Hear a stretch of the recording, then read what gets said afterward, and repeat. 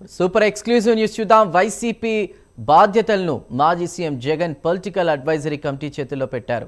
ఇక పార్టీ వ్యవహారాలన్నీ political advisory committee చేతుల్లోనే అంటూ సంచలన ప్రకటన చేశారు. కేసులు ముంచుకు వస్తూ ఉండడంతో కూడా జగన్ ఈ నిర్ణయం తీసుకున్నట్లు తెలుస్తోంది.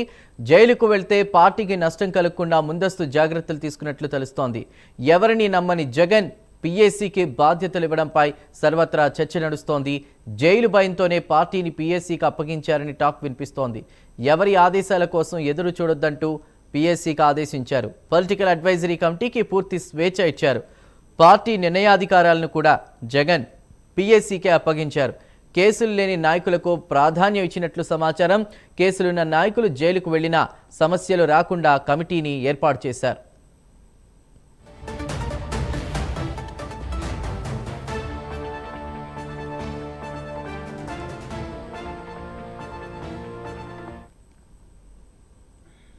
వైసీపీ బాధ్యతలను మాజీ CM Jagan political advisory committee చేతుల్లో పెట్టినట్టు తెలుస్తోంది. ఇక పార్టీ వ్యవహారాలన్నీ పొలిటికల్ అడ్వైజరీ కమిటీ చేతుల్లోనే అంటూ సంచలన ప్రకటన చేశారు.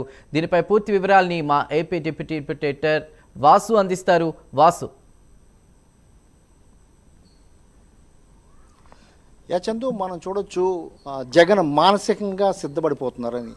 ఎందుకంటే జైలుకి వెళ్ళక తప్పదు అనే ఒక నిర్ణయానికి వచ్చినట్టుగా కూడా ఆయన ప్రవర్తన అర్థమవుతుంది.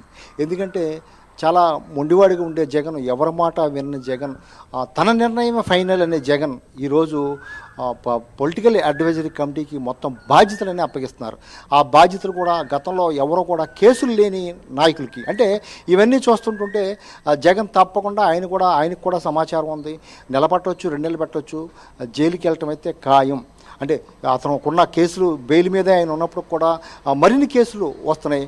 ఈ కేసుల నేపథ్యంలో ఆయన జైలుకి వెళ్ళే అవకాశం ఉందని కూడా ప్రచారం జరుగుతుంది. ఈ నేపథ్యంలో ఆయన వ్యాఖ్యలు కూడా చర్చనీయాంశంగా మారినాయి.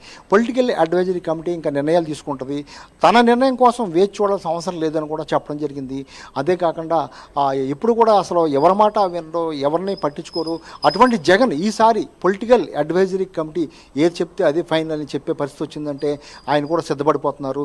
మనం చూడొచ్చు, ఇప్పటికే ఐఏఎస్ల మీద, ఐపీఎస్ మీద కేసులు మొత్తం జగన్ హయాంలో జరిగినటువంటి అవకతవకల మీద కేసులు పెట్టడం జరిగింది. మనం చూడవచ్చు, ఇప్పుడు ఐపీఎస్ కూడా ఆంజనేయ కూడా జైలుకి వెళ్ళే పరిస్థితి ఏర్పడింది. ఈ విధంగా మొత్తానికి జగన్ అయితే మొత్తం జైలుకి వెళ్ళటానికి మానసికంగా సిద్ధపడాడని ఇతర పార్టీలు అయితే వాళ్ళు ఆరోపించే పరిస్థితి అయితే కనిపిస్తుంది. ఏదైనప్పుడు కూడా కొన్ని నెలల్లోనే ఈ పరిస్థితి కూడా వచ్చే పరిస్థితి ఉందని కూడా చెప్తున్నారు. అందులో భాగంగానే పొలిటికల్ అడ్వైజరీ కమిటీకి కూడా ఈ నిర్ణయాలు అప్పగించినట్టుగా కూడా తెలుస్తుంది. Chandu. Right was, thank you.